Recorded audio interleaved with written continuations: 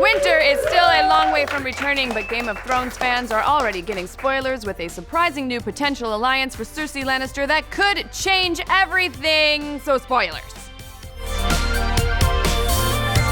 After the action-packed extended Season 6 finale, Winter came and showed us just how bad things are gonna get in the realm, and for some characters it seems like things couldn't get any crazier, especially for one of the biggest bads of the series, the Lady of Casterly Rock, Queen Cersei Lannister. In the finale, Cersei wildfired the crap out of the Sept of Baelor and everyone inside it. Her son Tommen committed suicide, and her brother lover was looking none too pleased about her new queenship. More alone than ever before, an ally is exactly what she needs, and according to a new set of spoilers from Watchers on the Wall, the Queen of the Andals may have found just that in another big bad, the worst uncle on the Iron Islands, Euron Greyjoy. We last saw Euron sailing towards Meereen to marry Daenerys and utilize her military strength and dragons to claim Westeros on behalf of the Ironborn. However, it's unlikely that Daenerys will be wooed by the drowned maniac, as she's already left Meereen, currently at sea having teamed up with Yara and Theon Greyjoy. That leaves Euron with the next most powerful woman to team up with, aka the current ruler of the Seven Kingdoms, Cersei Lannister.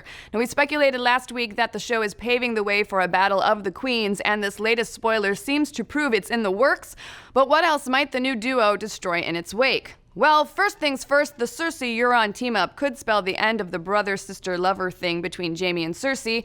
What better way to destroy an incestuous relationship than a political alliance with the biggest living psychopath in all of Westeros? Plus, Euron's got the Dragonbinder horn, which could spell the breaking point for the realm, as well as the convergence of the Wars of Men and the wars to come. If Cersei gets her hands on it, or convinces her new partner in crime to use it, well, let's just say those dragons might not be listening to the breaker of chains anymore.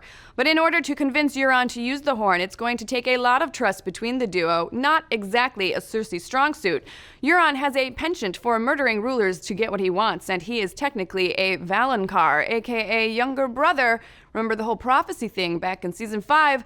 So who's to say that Cersei, frequent underestimator of everyone around her, will forego a happy alliance for a death at Euron's hands, so he might take the Iron Throne himself? However, if he doesn't, another possible outcome of this destructive alliance is it might be the thing that brings about a second doom. See, the first doom was the doom of Valyria, a totally world-ending catastrophe that took place thousands of years before the War of the Five Kings.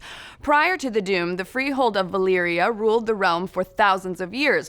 But just before the doom went kaboom, Lord Aenar Targaryen's maiden daughter, Daenerys, that name sounds kind of familiar, known as Daenerys the Dreamer, had a prophetic dream. Remind you guys of anything? Say, the one Dany had in the House of the Undying that showed Westeros being destroyed?